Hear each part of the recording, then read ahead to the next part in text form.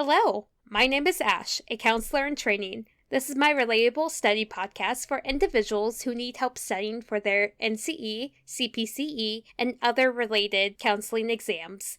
I'm going to go through many questions from multiple resources and make the answers relatable to both you and me. So get your listening ears on and let's get studying.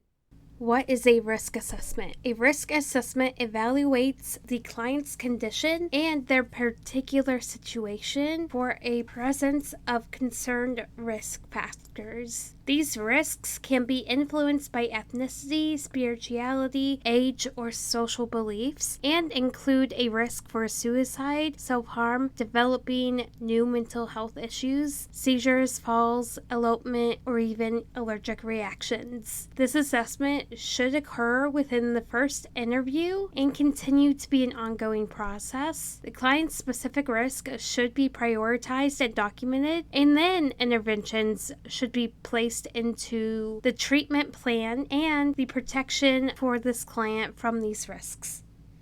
What is the focus of motivational interviewing? A. Facilitating an internal motivation to change. B. Challenging irrational ideas and emotions. C. Addressing maladaptive behaviors. D. Focusing on the client's present reality rather than the past.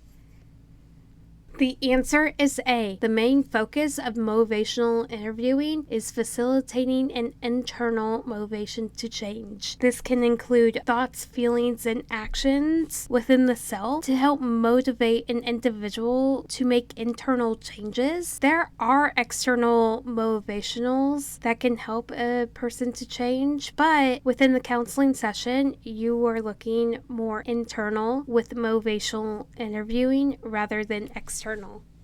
A major group dynamic is group development. This is usually expressed in terms of A. The number of hours of group conflict. B. Theories of the group stages. C. The Rosenthal effect. D. The Hawthorne effect.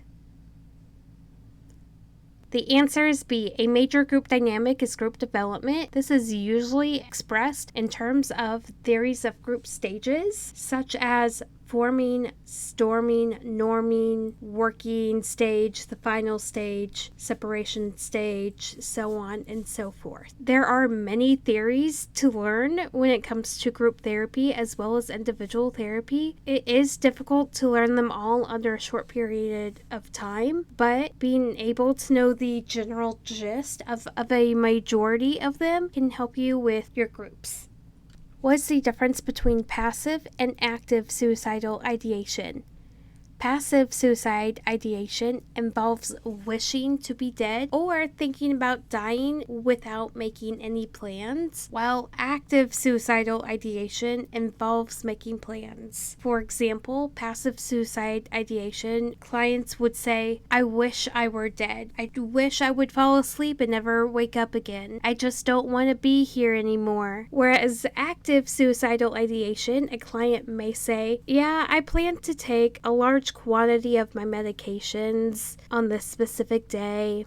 A counselor uses imaginal dialogue with a couple in conflict. They ask one partner to respond to the other partner's thoughts by saying, what I am hearing is. This exercise demonstrates A. Empathy, B. Validation, C. Attending, D. Mirroring.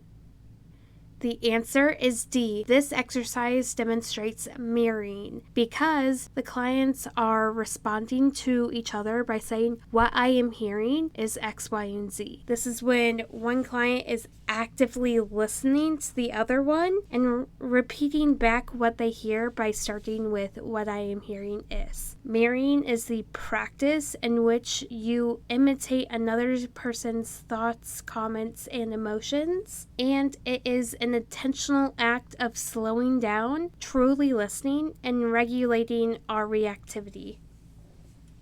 That is all 5 questions for this episode. Thank you for listening. Keep calm and study on.